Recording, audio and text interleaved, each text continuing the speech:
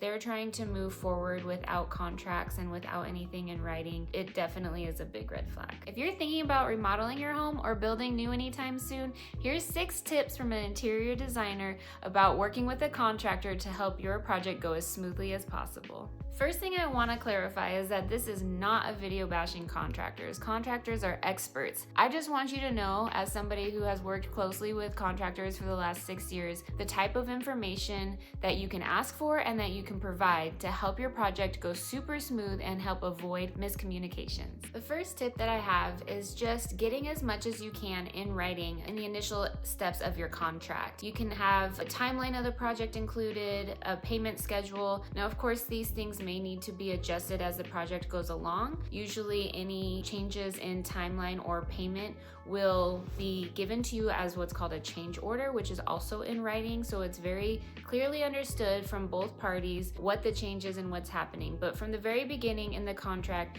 you should have a rough timeline, you should have a cost. Sometimes it's time and materials, so you're paying as you go. Other times it's a flat rate. This is what it's going to cost to get your project done, and then the change orders will come if anything outside of the scope that is priced out occurs. And those things can be detailed out ahead of time so that it's very clear for both parties, you know, where you're at in the project, at what point, what's due, what's coming, and it just makes it super easy and informative for both parties to move forward smoothly. The second tip that I have is asking about what the contractor's communication style is. Some contractors will inform through emails or phone calls or in-person meetings at a regular pace throughout the project. Questions that you can ask is, how often will you provide updates? Is there a main point of contact? Usually there is a project manager for the project that will be your main point of contact for anything that occurs throughout the course of the project or just for any questions that you may have. Also in that information, you should have whatever contact information that you may need to get a hold of that person. Text message, call, email. Typically, I mean, there are things where they're gonna, you just pick up the phone and call and get things dealt with.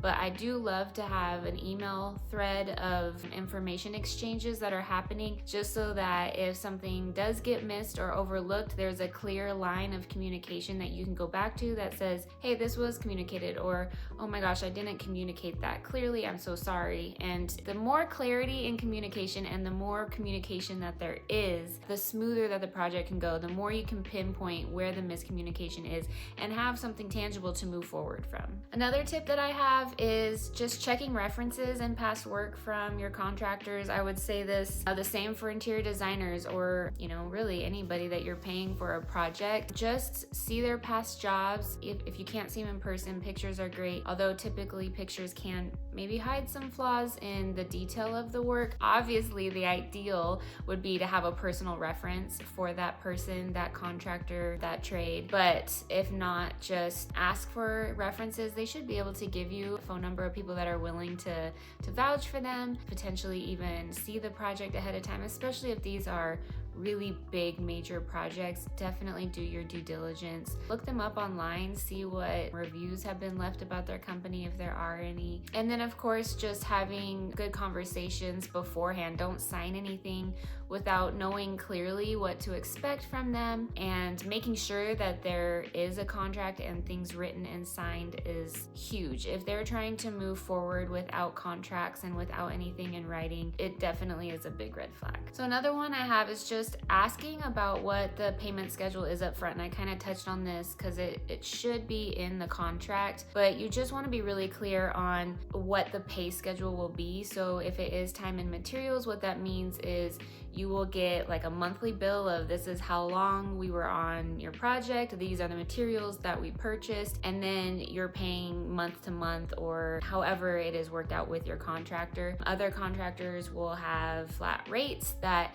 you'll pay a deposit and then a little bit along the way as work is being done. Just have that clearly communicated and ideally in writing in the contract before you begin the project. Another thing that I have already briefly touched on, but I'll just go into more detail, detail is what a change order is. Change orders matter because renovations almost always hit a surprise. New homes as well, but it's especially relevant for renovation of an older home or even a new build that wasn't really built very well. Change orders are how you handle any of those surprises, and you want to ask questions like, how do you handle the changes of the projects? How are the costs and timelines adjusted?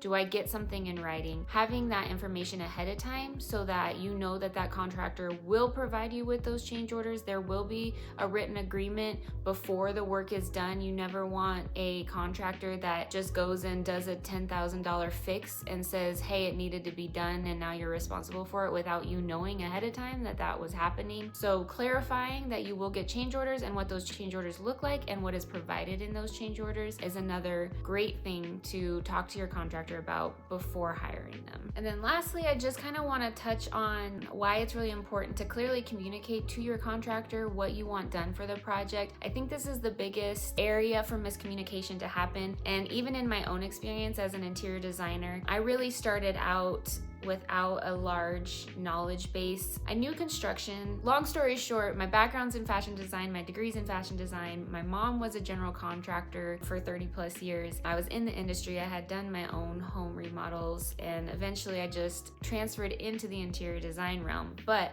I'm self-taught in using programs, CAD type programs, to draw out the details of the project and to give to the contractor.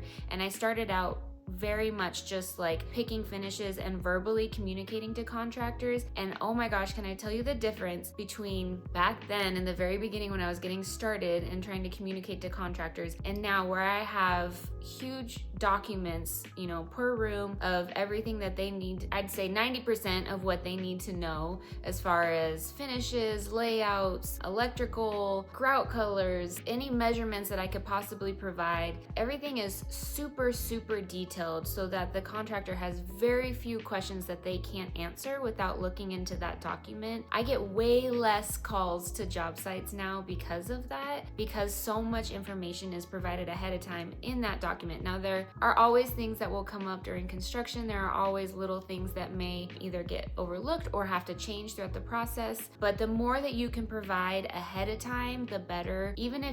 I think this is a huge case for hiring an interior designer, because we can be that mediator. We can answer and field a lot of those questions.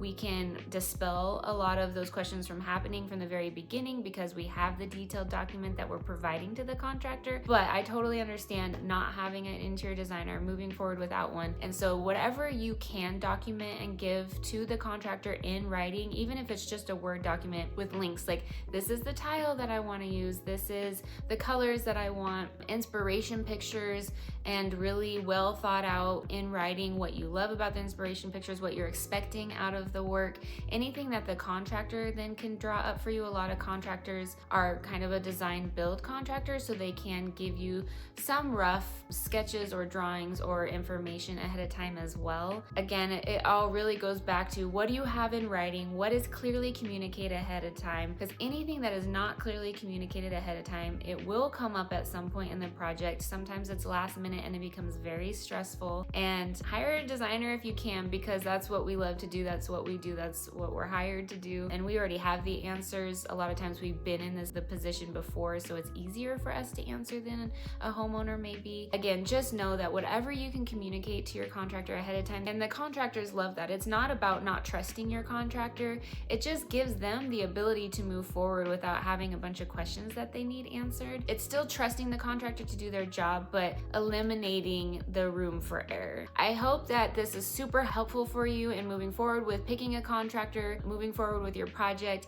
Again, please follow me, subscribe, give me comments about what you think about this video, anything that you have questions on that you would like me to make a video on, leave in the comments. I really want this to be as helpful of a channel as possible for anybody creating a home, an intentional space that they want to raise their family in or host in, invite. I'm all about beautiful, intentional spaces that aren't fussy, but well thought out, perfect for you and your lifestyle. So thank you for being here, and I'll see you on the next one.